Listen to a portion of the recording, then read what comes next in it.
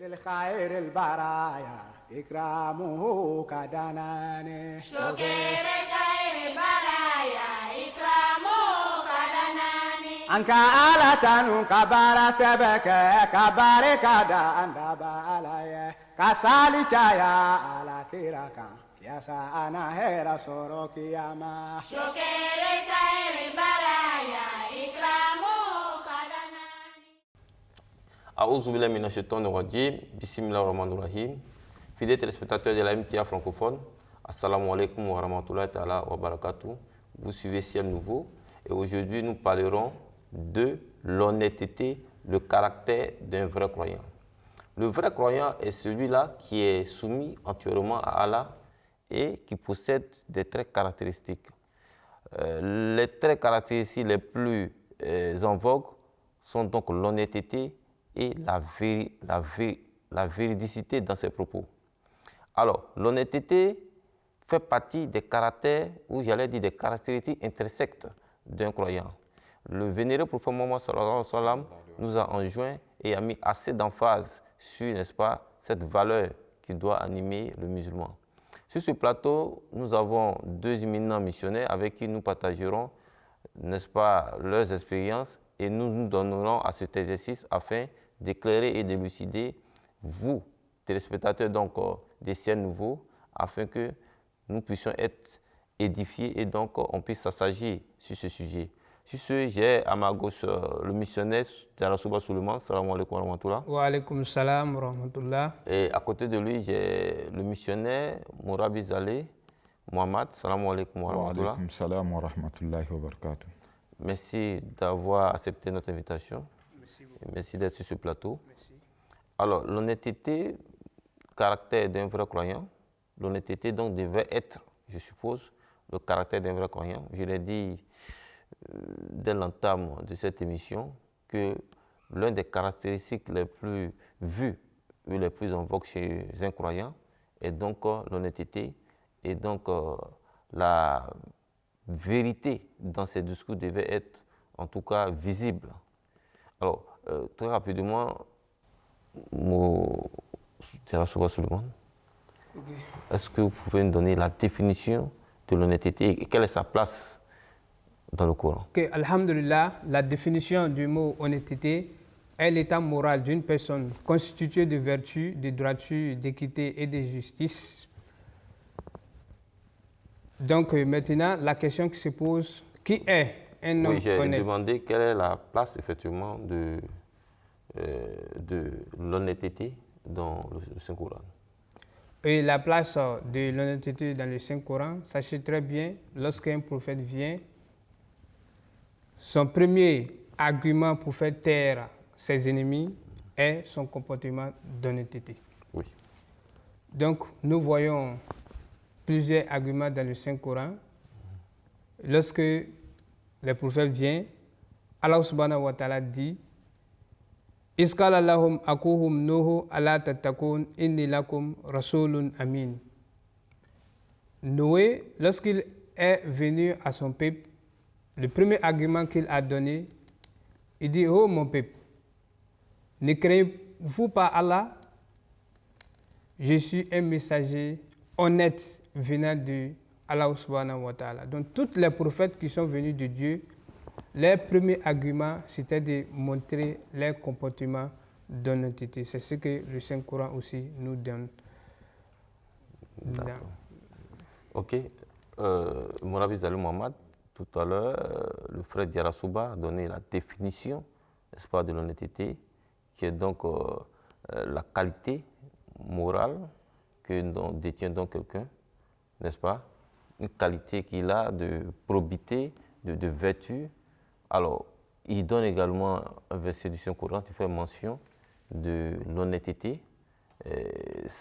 C'est-à-dire que déjà, à partir du moment où le Coran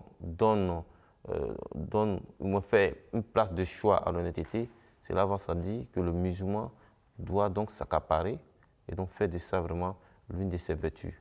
Alors, j'ai envie comme ça de vous poser la question et savoir quelles sont les instructions données par le Saint-Coran au sujet, par exemple, de l'honnêteté. Aouzbillahi minash shaitanir rajim, bismillahir rahmanir rahim, au nom d'Allah le gracieux, le tout miséricordieux. D'abord, il faut reconnaître que, comme vous l'avez dit, c'est l'un des caractères fondamentaux d'un croyant. Parce que si vous êtes honnête, si vous êtes connu avec ce caractère, avec cette moralité d'honnêteté, donc tout ce que vous allez dire seront pris au sérieux et seront tenus compte. Mais si vous manquez de cette honnêteté, donc c'est pas quelque chose. Donc le Saint-Coran, en expliquant, en donnant des détails aux croyants qui vont réussir, qui vont atteindre leur objectif, qui vont atteindre le but de leur existence, a rémunéré certains points. Donc dans ces points, ressort l'honnêteté. Il dit, par exemple, dans le chapitre 23, dans le premier ruku, il dit وَالَّذِينَ هُمْ لِأَمَانَاتِهِمْ وَعَهْدِهِمْ رَاعُونَ. C'est-à-dire que ceux qui veillent aux dépôts qui leur sont confiés et leur engagement, c'est-à-dire ils s'acquittent de leurs responsabilités, les responsabilités qui leur sont confiées. D'accord. Voilà, ils veillent sur ça. Ils s'acquittent de ça, ils déchargent leurs responsabilités. Et en plus de ça, ils veillent sur leurs engagements. Par exemple, quand il vous fait une promesse, quand il vous donne sa parole, il veille à ce qu'il accomplit, à ce qu'il dit. Il veille à ce qu'il tient à sa promesse. Voilà l'un des caractères, pour un vrai croyant qui peut atteindre son but. Donc, comme le frère l'a mentionné, c'est un caractère vraiment que tous les prophètes ont réussi à rémunérer. Donc, c'est la première preuve pour montrer la sincérité d'une personne. Donc, par exemple, quand vous voyez, avant l'événement, avant la mission même du Saint-Prophète, avant qu'il ne soit envoyé comme messager, il était connu à la Mecque à son jeune âge, là où les gens ne faisaient que courir derrière le monde et s'accaparer des biens de ce monde. Lui, à son jeune âge, il avait atteint déjà un apogée, le sommet de l'honnêteté que les Mécois même venaient leur confier leur propriété pour garder. Donc, il était connu sur ce nom de As-Sadiq al-Amin, l'homme digne de confiance, l'homme honnête à qui on pouvait faire confiance. Voilà donc pour soutenir ce que le frère a dit. C'est l'un des premiers points là où les prophètes battent leurs ennemis. Je reviens encore pour donner l'exemple du Saint-Prophète. Une fois, il a invité ses proches parents pour leur donner le message. Bon, certains ne voulaient pas croire. Il a pris un exemple pour leur dire que si je vous dis qu'il y a une armée juste derrière ce montant qui est prêt à nous tomber là-dessus, qu'est-ce que vous allez dire? Il dit non, si tu nous dis ça, automatiquement, on ne va pas douter. Parce que depuis qu'on te connaît, tu es l'homme le plus honnête. Donc si tu nous dis qu'il y a une armée derrière ça pour nous attaquer, automatiquement, on va te croire. Donc voilà, l'honnêteté est l'un des piliers fondamentaux, ou bien je dirais l'un des caractères fondamentaux d'un musulman. Donc c'est un héritage que moi, vous et les téléspectateurs doivent s'approprier et en faire un quotidien de notre vie. D'accord. Alors, missionnaire de Rasouba, tout à l'heure, vous avez dit que l'honnêteté, n'est-ce pas, est la qualité d'une personne qui est conforme, n'est-ce pas, à la vertu et également à la morale. Et vous avez fait part de ce que le vénérable prophète Mohammed sallallahu alayhi wa sallam, effectivement, dès sa venue, c'est l'un des éléments qu'il avait, on va dire l'un des caractères qu'il avait, qui a permis vraiment de séduire et de conquérir le cœur, n'est-ce pas, de plusieurs. Mais quoi? Alors, j'ai envie de vous demander, aller un peu plus loin en nous donnant des exemples du simple prophète Mohammed sallallahu alayhi wa sallam, pour montrer son degré, n'est-ce pas, d'honnêteté. Avez-vous des exemples à nous donner? Oui, le saint prophète sallallahu alayhi wa sallam a donné beaucoup des exemples à ses compagnons. Un jour, il y a un compagnon qui est venu chez le saint prophète Mohammed sallallahu alayhi wa sallam lui demander ceci. En cas, s'il est dans la rue et il ramasse quelque chose, ça peut être de l'argent, qu'est-ce qu'il doit faire? C'est-à-dire, qu'est-ce que le dernier doit faire? Le saint prophète sallallahu alayhi wa sallam, en répondant, il dit, tu dois prendre d'abord et la déclarer. Il pouvait dire d'une manière de malhonnêteté, tu prends et tu mets dans ta poche, tu vas et tu la manges. Mais le saint prophète sallallahu alayhi wa sallam, comme Lui-même, il est venu pour enseigner l'honnêteté. Il dit, tu prends et puis tu la déclares. Et cette chose-là. Donc, voici ce que le Saint Prophète sallallahu alayhi wa sallam a enseigné et ses disciples. D'accord. Le prophète sallam dit que Oui, allez-y. le compagnon qui a venu dit que si je ramassais quelque chose sur la route ou bien que je ne connais personne, que dois-je faire? Le prophète sallam, il a donné un long terme. Il dit, vous devez déclarer cette chose et la garder pendant 1 an. Donc, ce n'est pas un coup, bon, je fais une déclaration d'ici demain, si la personne ne vient pas, je prends ça et j'utilise. Non, vous devrez continuer à déclarer cette chose de manière claire pour permettre au propriétaire, si réellement c'est sa propriété, les indices qu'il vous avez donnés vont le permettre de venir prendre sa chose. Et ce n'est pas en 1 mois, ce n'est pas en 1 semaine, ce n'est pas en 6 mois, non, pendant toute une année. Donc, vous voyez l'état de l'honnêteté là. Donc, c'est vraiment un caractère, un pilier fondamental même de notre foi ou bien d'un croyant qui doit exercer nuit et jour dans son comportement quotidien. Et pour ajouter un peu, Oui. une fois le Saint Prophète sallallahu alayhi wa sallam, Oui. comme d'habitude, les gens viennent lui donner des dates de sacrifice, etc. etc. Il partage toutes ces dates-là et un jour, il a oublié de partager la date qui lui a été donnée. Il a mis dans la maison, il est allé prier. Au retour, il a vu son petit-fils qui était Hassan, Oui.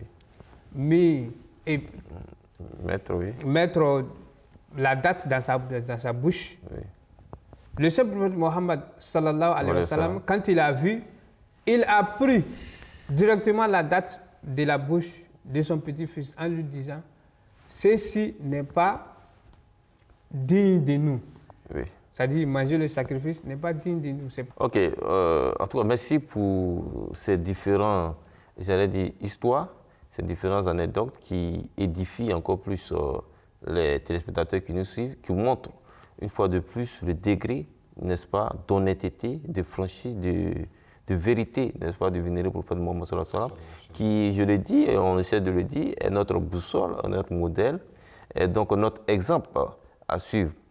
Et il y a même cet exemple aussi du roi Héraclius, le roi de l'empereur de Byzance, à qui le vénéré prophète Mohammed sallallahu alayhi wa sallam avait envoyé une lettre pour lui demander effectivement de se joindre à l'islam, de se convertir.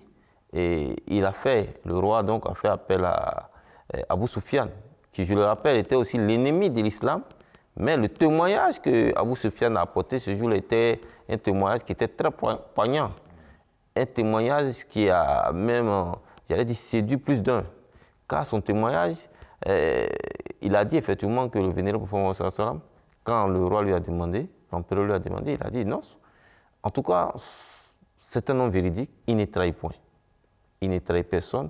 Effectivement, tout ce qu'il demande, c'est vraiment de se joindre vraiment et de se soumettre à Dieu. Alors, donc, je pense qu'il y a assez d'exemples. Des exemples, on ne peut pas effectivement sur ce plateau finir de les égrener, mais toujours est-il que l'honnêteté fait partie intégrante de la foi musulmane. Je me suis permis de le dire, mais je crois que vous allez me le confirmer. Est-ce qu'il y a un lien étroitement lié à la foi, entre l'honnêteté et la foi? Il faut reconnaître que, effectivement, comme vous l'avez dit, le Saint Prophète sallam nous a dit que la imana lahu, la imana liman la ahda lahu. C'est-à-dire que cette personne-là n'a pas de foi. Si il n'a pas de promesse, il n'honore pas ses promesses. Bon, qui veut dire honorer ta promesse. C'est-à-dire que vous êtes honnête à ce que vous dites. Vous êtes honnête avec vous-même et vous êtes honnête envers l'individu en face de vous et vous êtes honnête en face de la société. Donc si une fois vous n'êtes pas honnête envers vous, vous n'êtes pas honnête envers la société, donc vous n'avez pas de foi. Parce que pour croire, il faut être d'abord sincère vis-à-vis de toi et vis-à-vis de Dieu. Donc on ne peut pas se prétendre être un vrai croyant alors qu'on est rempli de mensonges ou bien des choses qui vraiment qu'on ne respecte pas, on trompe par-ci, par-là. Oui. Vraiment, ça ne colle pas. Et en plus de cela, le Saint-Prophète, en mentionnant les caractéristiques d'un hypocrite, qu'est-ce qu'il fait ressortir?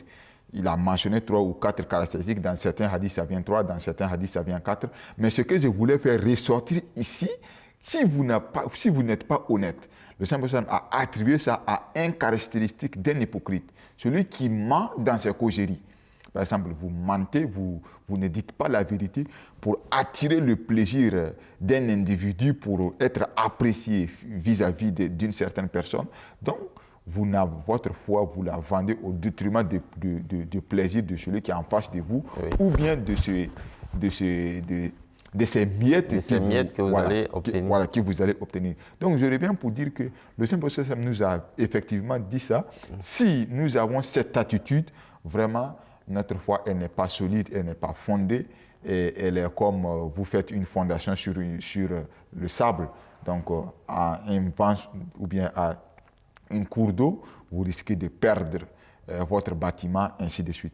Donc, la foi, comme vous l'avez dit, fait partie intégrale de la foi des musulmans. Donc, c'est quelque chose qu'on doit vraiment... Donc, effectivement, confirmer effectivement que la foi est étroitement liée, l'honnêteté est étroitement liée à la foi. Oui. Et je pense même qu'en tant que musulmans, dans notre volonté de faire le tablik, nous devons en tout cas s'approprier cette vertu-là. Parce que rien que par cette vertu, le vénéré prophète Mohammed sallallahu alayhi wa sallam, dans son entourage, a conquis plusieurs personnes, rien que par son caractère. Et on l'a dit, l'histoire le révèle, qu'effectivement, c'est par son caractère que plusieurs personnes ont cru aisément en lui. N'est-ce pas? Donc aujourd'hui, je pense que quand si les musulmans adviendraient, n'est-ce pas, à pratiquer, n'est-ce pas, cette vertu-là, ils auront déjà marqué un pas dans le tablik. N'est-ce pas? Alors, on sait également que le vénéré prophète Mohammed sallallahu alayhi wa sallam a aussi connu la guerre. Quelle était son attitude d'honnêteté pendant les guerres? Merci bien. Il faut reconnaître que le Saint-Prophète a pratiqué l'honnêteté durant toutes les étapes de sa vie. Ce n'est pas parce que quand il était à la Mecque, il n'était pas honnête, et quand il a eu le succès, non. Comme au départ, je vous ai donné un exemple. Quand il était à son jeune âge, quel était le type d'honnêteté qu'il pratiquait? Bon, si quelqu'un disait que non, peut-être en ce moment, c'était au départ, il n'était pas encore au pouvoir ou bien il n'avait pas assez de... Mais l'histoire aussi témoigne que la bataille de Khaybar, qui était une expédition que le prophète a menée contre les Juifs. Oui. Donc, à cette expédition, ils ont eu des butins de guerre, il y avait des bétails. Donc, après la défaite, après la conquête de Khaybar, bien sûr, quand ils ont eu les butins, ils sont restés pour quelque temps pour veiller s'il n'y a pas chose. Ils ne vont pas susciter une rébellion juste pour les poursuivre. Donc, dans ce laps de temps, les musulmans manquaient de nourriture et puis beaucoup d'eau. La situation était vraiment pénible. Donc, il y a certains qui se sont retirés, prendre quelques bétails pour satisfaire leur faim. Donc, je ne sais pas si je vais dire par sens ou bien par malheur, le Saint-Prophète est sorti sur eux. Donc, le Saint-Prophète n'était pas d'avis du tout, il n'était pas content. Donc, il les a réprimandés pour dire que non, ça c'est un bien public. Ça n'appartient pas qu'à vous seulement. Donc, c'est pour tous les musulmans qui sont venus à l'expédition. Donc, vous n'avez pas le droit de vous approprier de ces choses-là pour servir votre faim. Tout le monde a la même faim, tout le monde vit la même condition que vous. Donc, vous n'avez pas le droit de faire ça. Voilà le type d'honnêteté que le Saint-Prophète a même exposé au moment des conditions vraiment très extrêmes, les moments de difficulté. Et en plus de cela, à la même situation, à la même expédition, il y a eu un serviteur d'un juif qui a accepté l'islam. Et en ce moment, il avait les bétails de son patron avec lui. Donc les gens se demandaient, bon, qu'est-ce qu'on allait faire avec les bétails? Donc si c'était une autre personne qui manquait d'honnêteté, ils disaient, bon, ça c'est une chance, voilà, notre situation est vraiment délicate, on allait s'approprier. Mais le prophète sallam a dit carrément le contraire. Il a dit, redressez les moutons et faites-le face au propriétaire. Donc, effectivement, l'employé de ce monsieur, de ce juif, a renvoyé les animaux au propriétaire. Donc, voilà le type. Vous êtes parti en expédition comme contre quelqu'un. et un de ses adeptes accepte votre religion, bon, s'il n'avait pas ce type d'honnêteté, ça c'était bienvenu. Notre situation était d'abord dans une situation vraiment pénible et que ça arrive. Mais non, il n'a pas fait ça, il n'a pas fait cela, il a fait contrairement de ce que beaucoup d'autres personnes auraient opté faire. Oui. Donc, voilà le type d'honnêteté que le Saint-Père a exhibé face aux difficultés, face même à ses ennemis. Effectivement, face aux difficultés, face même à ses ennemis, en période de guerre, j'allais dire, waouh, quel personnage, quelle grandeur d'esprit. J'avoue qu'à vous écouter et à relater, n'est-ce pas, tous ces faits venant du vénérable Mohammed sallallahu alayhi wa sallam, alors je me dis, il était vraiment un grand, n'est-ce pas, administrateur. Quand on sait que c'était un bien public et que ceux-là ont voulu dérober pour utiliser ça à leur fin, mais il a marqué son désaccord. Cela prouve une fois de plus sa grandeur d'esprit et sa gouvernance, effectivement, était équitable. Oui. Cela montre qu'il était, en tout cas, un administrateur au pair, on va dire. Et si on veut prendre l'image aujourd'hui de nos gouvernants, on va dire que c'est une des pratiques ont perdu. Ah oui. Voilà, c'est une des pratiques ne date plus d'aujourd'hui, quand on sait qu'aujourd'hui, ceux même compris sont des soldats du vénérable Mohammed sallallahu alayhi wa sallam. Vous avez dit, écoutez, vous faites également partie de la population, mais il a marqué son désaccord, car c'est un bien public et doit d'abord faire partie du patrimoine public avant d'être redistribué. J'avoue avoir été épaté par cette histoire. Alors, votre mot de fin, missionnaire Diarra-Souba, Souleymane. Certainement des conseils à l'endroit des téléspectateurs. L'honnêteté, vous l'avez dit, fait partie intégrante également de la foi et elle va de pair avec, vous l'avez dit, la probité, n'est-ce pas, la morale, et ainsi de suite. Ok, l'islam nous enseigne l'honnêteté et les prophètes, les buts réels qu'Allah subhanahu wa ta'ala les a envoyés sur la terre est de prôner l'honnêteté et tous ceux qui sont appelés pour les suivre doivent aussi suivre ce bon comportement qui est l'honnêteté. Merci pour tous ces exemples, merci pour toutes ces histoires relatées ici. Alors, fidèles téléspectateurs de la MTA francophone, et vous qui êtes branchés donc à l'émission C'est Nouveau, c'est ici que prend fin cette émission. C'est Nouveau, on l'a dit, a pour objectif la réforme, n'est-ce pas, de cœur, la réforme des mœurs, la réforme des nations. C'est en mettant en pratique, n'est-ce pas, toutes ces valeurs enseignées par l'islam que nous parviendrons à vivre sous un ciel nouveau. Imaginez un seul instant que cette valeur religieuse telle que pratiquée par le vénérable prophète Mohammed sallallahu alayhi wa sallam, qui est l'honnêteté, soit mise en exergue par tous les musulmans et partout dans le monde. Imaginez un seul instant l'incident que cela va avoir et l'impact que cela va avoir sur nos sociétés. Imaginez la configuration que la société va avoir si tout le monde décidait aujourd'hui d'être honnête. C'est ce. Assalamu alaikum wa rahmatullah wa barakatuh.